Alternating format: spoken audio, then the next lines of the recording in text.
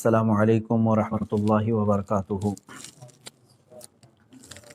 الحمدللہ وکفا وسلام علی حبیبہ المصطفیٰ، اما بعد فاعوذ باللہ من الشیطان الرجیم، بسم اللہ الرحمن الرحیم۔ یا ایہا الذین آمنوا قوا انفسکم واہلیکم نارا وقودها الناس والحجارہ علیہا ملائکۃ غلاظ شداد لا یعصون اللہ ما امرہم ویفعلون ما یؤمرون، صدق اللہ مولانا العظیم۔ بارگاہ رسالت مآب صلی اللہ تعالیٰ علیہ وسلم میں درود پاک کا ہدیہ پیش کریں۔ اللہم صلی علی سیدنا و مولانا محمد معدن الجود والکرم وآلہ واصحابہ الکرام وابنہ الکریم وبارک وسلم صلاۃ دائمۃ سرمدا ابدا۔ رمضان المبارک کا آخری عشرہ چل رہا ہے اور تقریباً سارے لوگوں کو یہ معلوم ہے کہ رمضان المبارک کے 3 حصے مشہور ہیں، یعنی پہلے 10 دن اس کو عشرہ اولیٰ کہتے ہیں، اور بیچ والے جو 10 دن ہیں وہ عشرہ وسطیٰ ہیں یا عشرہ ثانیہ ہیں، اور آخری والا جو عشرہ ہے وہ عشرہ اخیرہ ہے۔ عشرہ کہتے ہیں 10 کو۔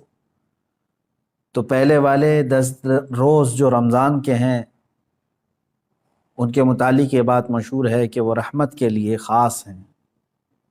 دوسرے والے جو 10 دن ہیں رمضان المبارک کے، وہ اللہ تبارک و تعالیٰ کی اس میں مغفرت عام ہوگی، یہ بندوں کے لیے یہ 10 دن مغفرت کے لیے خاص ہیں۔ اور آخری والے جو 10 دن ہیں رمضان المبارک کے، وہ ہیں جہنم سے آزادی کے لیے۔ جہنم سے آزادی کے لیے ہی یہ عشرہ مخصوص کیا گیا ہے، اور یہ حدیث پاک سے ثابت ہے۔ یہ تینوں عشرے جو میں بیان کر رہا ہوں، حضور پاک صلی اللہ تعالیٰ علیہ وسلم نے خود ارشاد فرمایا، رمضان تم پر ایک ایسا مہینہ آ رہا ہے جس کا پہلا 10 والا جو حصہ ہے وہ رحمت سے بھرا ہے، دوسرا والا حصہ مغفرت کا ہے، تیسرا والا حصہ جہنم سے آزادی کا ہے۔ تو آج ہم لوگ آخری عشرے میں آ چکے ہیں، اور یوں ہی دیکھتے دیکھتے اب رمضان ہمارے سامنے سے گزر جائے گا، اور اس کی راتیں اور اس کے صبح میں نہیں جانتا سارے لوگ کس انداز سے گزار رہے ہیں۔ لاک ڈاؤن کی وجہ سے اور یہ کورونا کی بیماری کے جو کثرت اور پھیلاؤ کو دیکھتے ہوئے لوگ اپنے اپنے گھروں میں مقید تو ہیں، لیکن میرے عزیزوں، مسجدیں بند ہیں تو اس کا مطلب یہ نہیں ہے کہ تمہارے لیے عبادت کا حکم بھی ختم ہو گیا ہو۔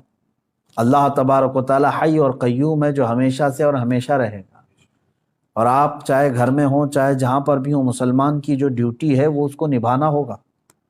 بعض لوگ ہو سکتا ہے یہ سوچ رہے ہیں مسجد ہی بند ہے تو اب نماز بھی نہیں ہوگی۔ ایسا نہیں ہے، نماز تمہارے لیے مسجد کی وجہ سے فرض نہیں ہے، تمہارے مسلمان ہونے کی وجہ سے فرض ہے۔ بہرحال یہ جو آخری عشرہ ہے رمضان المبارک کا، اس میں کثرت سے بندوں کو کیا کرنا چاہیے؟ اللہ تبارک و تعالیٰ کی بارگاہ میں اسی چیز کا سوال کرنا چاہیے کہ اے اللہ، تیری بنائی ہوئی اس دوزخ اور جہنم سے میں پناہ مانگتا ہوں، اور اللہ تبارک و تعالیٰ نے اگر تمہارا نام لکھ دیا آزاد ہونے والوں میں تو میں سمجھتا ہوں کہ زندگی وصول ہو گئی۔ اس سے بڑی کوئی چیز نہیں جو اس ماہ میں اور اس ہفتے میں یا اس اخیر عشرے میں جو دی جا رہی ہو۔ جہنم ہے کیا چیز میں آپ کو بتاؤں، اسی پر میں آج تھوڑی سی گفتگو کرتا ہوں۔ ہلکے میں لے لیتے ہیں بہت سارے لوگ، جہنم کا نام آئے، دوزخ کا نام آئے، کیونکہ جب ذکر کثرت سے ہوتا رہتا ہے تو بعض لوگ اس کو یوں سمجھتے ہیں کہ یہ یوں ہی بیان کرنے والی چیز ہے۔ ایسا نہیں ہے میرے عزیزوں۔ قرآن پاک میں اللہ رب العزت نے کثرت سے اگر کسی چیز سے ڈرایا ہے تو وہ جہنم سے ڈرایا ہے، دوزخ کے عذابات سے ہی ڈرایا ہے، اور ڈرنے والے ڈر گئے، اور جو بے خوف ہو کر کے جیتے ہیں ان کے لیے تو کوئی بات ہی نہیں ہے، یعنی جہنم کا بھی خوف نہیں، اللہ کا بھی خوف نہیں۔ تو ایسے بے ایمان ہو جاتے ہیں لوگ تو پھر ان کو کوئی ڈر نہیں ہوتا، لیکن ایمان جس کا ہے وہ جہنم کا نام سنتے ہی ڈرنے لگ جاتا ہے۔ بہت سارے صحابہ اکرام رضوان اللہ تعالیٰ علیہ مجمعین، بہت سارے تابعین، ان کے واقعات موجود ہیں۔ جب نماز میں قیامت کا ذکر آ جاتا، یعنی قرآن پڑھتے پڑھتے، یا پھر جہنم کا تذکرہ ہو جاتا، تو وہ وہیں کے وہیں کھڑے رہ جاتے تھے، اور آگے ہی نہیں بڑھ پاتے تھے نمازوں میں، اس قدر وہ رونا شروع کر دیتے تھے کہ جہنم کے ذکر سے۔ ایک نوجوان صحابی ہیں، رات کے وقت وہ جہنم کا تذکرہ کرتے کرتے نماز میں کھڑے رہ گئے، یہاں تک کہ ان کی ایک ہی رکعت وہ صبح تک ہوئی، نماز کو آگے بڑھا ہی نہیں سکے، اتنا روتے رہے۔ رسول پاک صلی اللہ تعالیٰ علیہ وسلم کی بارگاہ میں صبح حاضر ہوئے تو حضور نے دیکھتے ہی فرمایا کہ اے نوجوان، تیرے رونے نے اور تیرے جہنم کے تذکرے نے عرش کے ملائکہ کو رلا دیا، عرش کے فرشتے بھی جو ہے تمہارے اس جہنم کے تذکرہ کرنے پر اور ندا دینے پر رو پڑے۔ اب اندازہ کریں اللہ کے وہ ملائکہ جو معصوم ہیں، معصوم کا مطلب سمجھتے ہیں جن سے خطا ممکن ہی نہیں ہے، وہ اللہ کے عذاب سے اور جہنم سے ڈر کر کے رونے لگ جاتے ہیں۔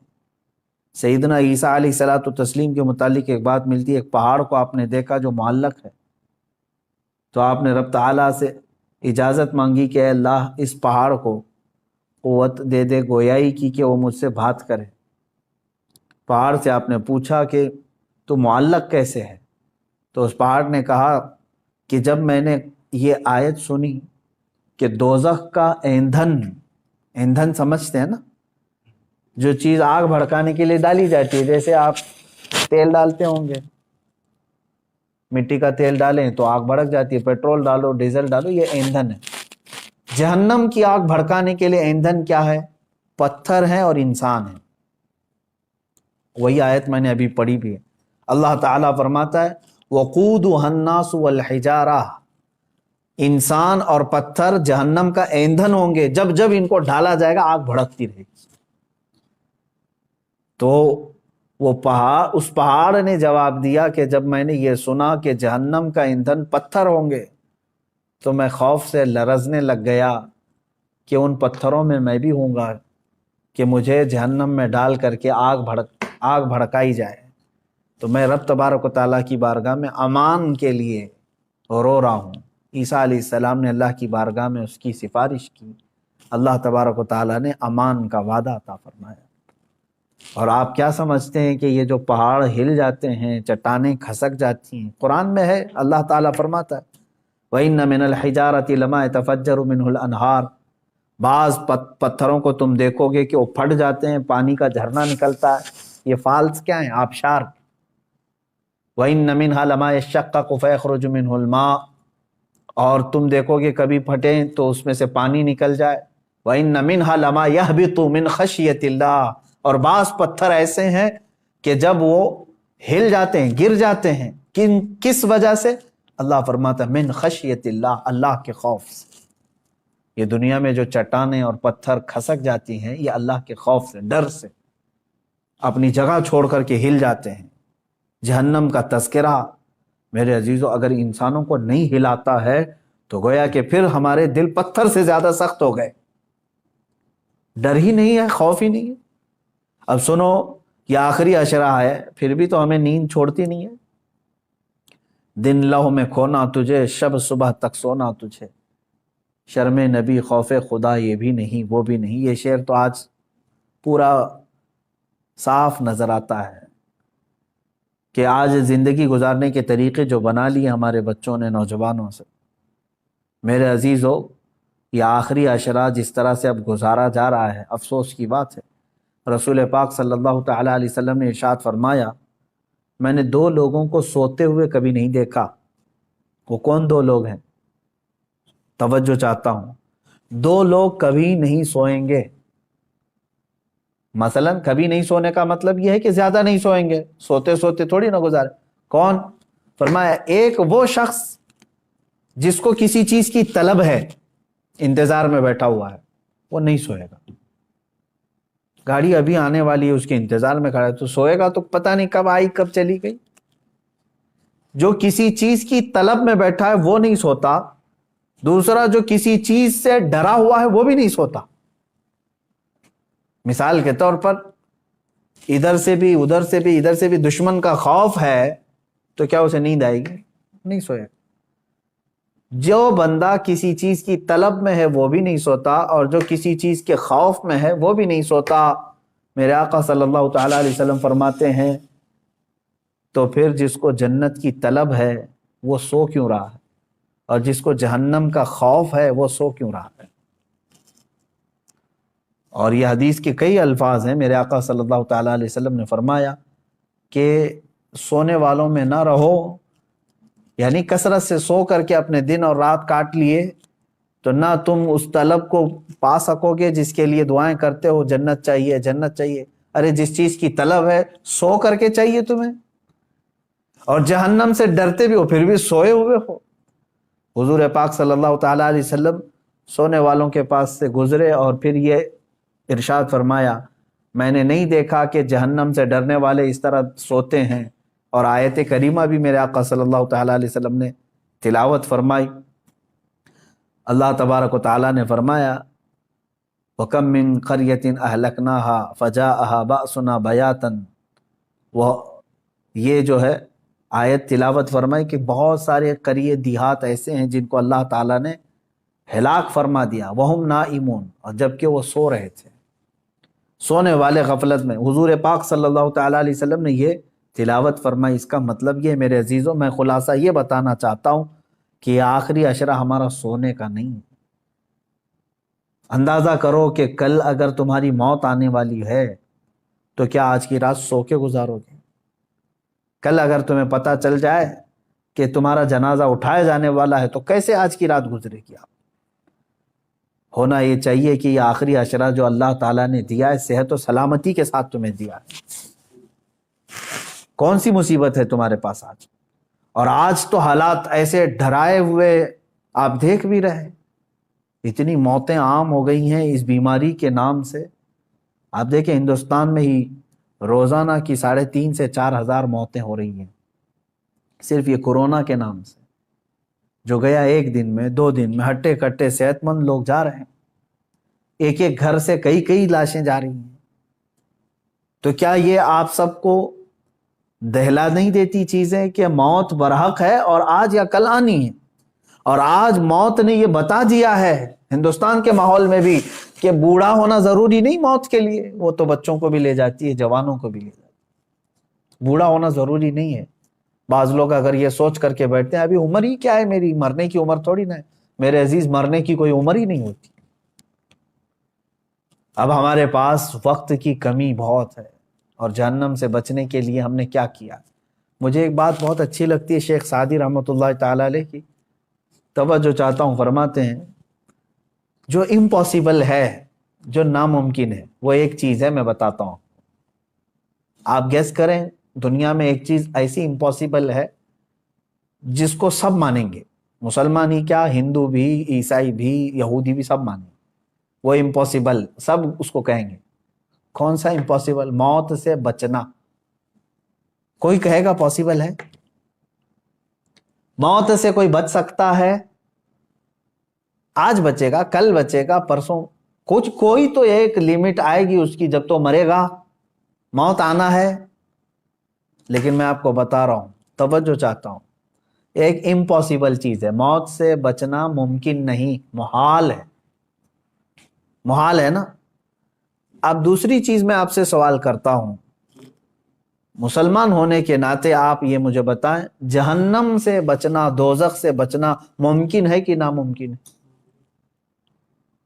ناممکن تو نہیں۔ جہنم سے کیونکہ اللہ تعالیٰ نے ہمیں بتایا ہے کہ تم اگر برے کام نہیں کرو گے تو جہنم میں تھوڑی نہ جانا ہے۔ تو یہاں کچھ پریکاشن سے، کچھ احتیاط سے جہنم سے بچا جا سکتا ہے کہ نہیں؟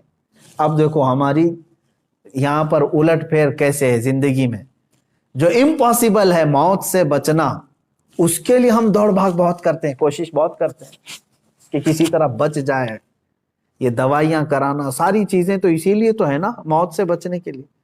موت سے بچنا ناممکن ہے، پھر بھی بچنے کی انسان بہت کوشش کرتا ہے، جبکہ جہنم سے بچنا ممکن ہے، پاسبل ہے، اس سے بچنے کی ایک کوشش بھی کیوں نہیں کرتا؟ وہاں پر کوشش ہونی چاہیے۔ اب میں اگر آپ کو سنا دوں چند آیتیں، اس کے بعد سوائے دعا کے ہمارے پاس کوئی ہاتھ ہی نہیں ہے۔ قرآن کی چند آیتیں میں آپ کے سامنے رکھتا ہوں، مفہوم آیتوں کا رکھتا ہوں جلدی میں، کہ جہنم کا ایک خاکہ میں آپ کو بتا دوں کہ ہے کیا یہ چیز جہنم. پہلے قرآن کی آیتیں اگر آپ سن لیں کہ قرآن پاک میں اس کو اللہ تعالیٰ نے کس طرح سے بیان کیا ہے. بہت ساری جگہ آپ آیتیں بھی پڑھتے ہیں، صورتیں جو آپ کو یاد ہوں گی ان صورتوں میں بھی کئی جگہ جہنم کا ذکر آیا ہے. وَيْلٌ لِّكُلِّ ہُمَزَةٍ، یہ جو سورہ ہے اس میں پورا جہنم کا تذکرہ ہے. آپ دیکھیں جہنم کی آگ کا تذکرہ، یہ ساری چیزیں آئی ہیں. اب قرآن پاک میں اللہ تبارک و تعالیٰ نے جو فرمایا اس میں سورہ یونس کی ایک آیت جس کا مفہوم میں بتا رہا ہوں، جہنم کو دیکھتے ہی کافروں کے چہرے کالے سیاہ ہو جائیں. کأنما اغشیت وجوہہم قطعا من اللیل مظلما. دیکھتے ہی جہنم کو، جب جہنم کو لایا جا رہا ہوگا تو چہرے جو ہے بالکل کالے پڑ جائیں گے، سیاہ پڑ جائیں گے. اچھا جہنم کوئی ایک کنویں کا نام نہیں ہے. جہنم کتنی بڑی ہے یہ میں اگر آپ کو بتا دوں تو اندازہ کریں. جہنم میں جس کو ڈالا جا رہا ہے نا، جو جہنمی، اس کے ایک کندھے سے دوسرے کندھے تک جو چوڑائی ہے وہ ایک تیز گھوڑا 40 دن دوڑے تب طے ہوگی. جہنمی، ایک جہنمی، جہنم کی بات نہیں کر رہا ہوں، جس انسان کو ڈالا جا رہا ہے دوزخ میں اس کو اتنی بڑی شکل بنا کر کے ڈالا جائے گا. اب آپ اندازہ کریں ایک جہنمی جب اتنا بڑا اس میں گر رہا ہے تو جو لاکھوں کروڑوں کی تعداد میں جو جہنم میں گر رہے ہوں گے تو پھر جہنم کتنی بڑی ہوگی. اس سے اندازہ کر سکتے ہیں آپ. اس کے طبقات ہیں، وادیاں ہیں، عذابات ہیں، کیسے کیسے عذابات ہیں، ان کے ذکر بھی قرآن پاک کے حوالے سے آئے ہیں. رسول پاک صلی اللہ تعالیٰ علیہ وسلم کی حدیثوں سے بھی یہ جو ملتا ہے. اب یہ دیکھیں، سنیں، جہنم کے ایک احاطے کی 2 دیواروں کے درمیان، صرف ایک سائیڈ کی بات کر رہا ہوں، پورے جہنم کی نہیں، ایک احاطے کی 2 دیواروں کے درمیان 40 سال کی مسافت لگے گی. اگر طے کرنا چاہے کوئی تیز رفتار سواری تو وہ 40 سال کی مسافت صرف اس کا ایک کارنر ہے جہنم. اور یہ بھی حدیث پاک میں ملا ہے کہ حضور پاک صلی اللہ تعالیٰ علیہ وسلم تشریف فرماتے، صحابہ بیٹھے تھے، ایک اچانک دھماکے دار آواز آئی.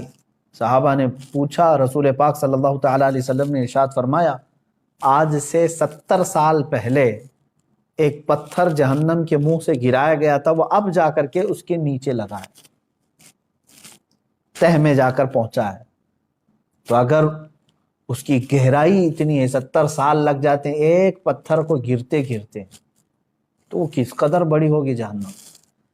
جب جہنم کو لایا جا رہا ہوگا، اس کو زنجیریں پہنا کر کے، کڑیاں ڈال کر کے فرشتے لا رہے ہوں.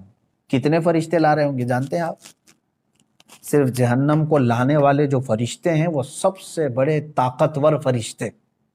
جہنم کو کھینچ کر کے میدان محشر میں جب لایا جا رہا ہے، توجہ چاہیں، جب وہ فرشتے لا رہے ہوں گے تو کل تعداد جو بتائی گئی ہے بعض روایت میں 490 کروڑ فرشتے صرف اس کو تھامے ہوں گے، جس میں سے ایک فرشتے کی طاقت اتنی ہے، اللہ اکبر، کہ وہ دنیا کے سارے پہاڑوں کو اٹھا سکتا ہے. 490 کروڑ فرشتے جہنم کو کھینچ کر لا رہے ہوں گے. اب اور دیکھیں آپ، میں بتاتا ہوں، اس کو جو زنجیریں پہنائی گئی ہوں گی، ہر زنجیر کو 70,000 فرشتے پکڑے ہوں گے. ہر زنجیر کو اس طرح کی 70,000 زنجیریں اسے لگی ہیں، فرشتے اسے کھینچ کر کے لا رہے ہیں.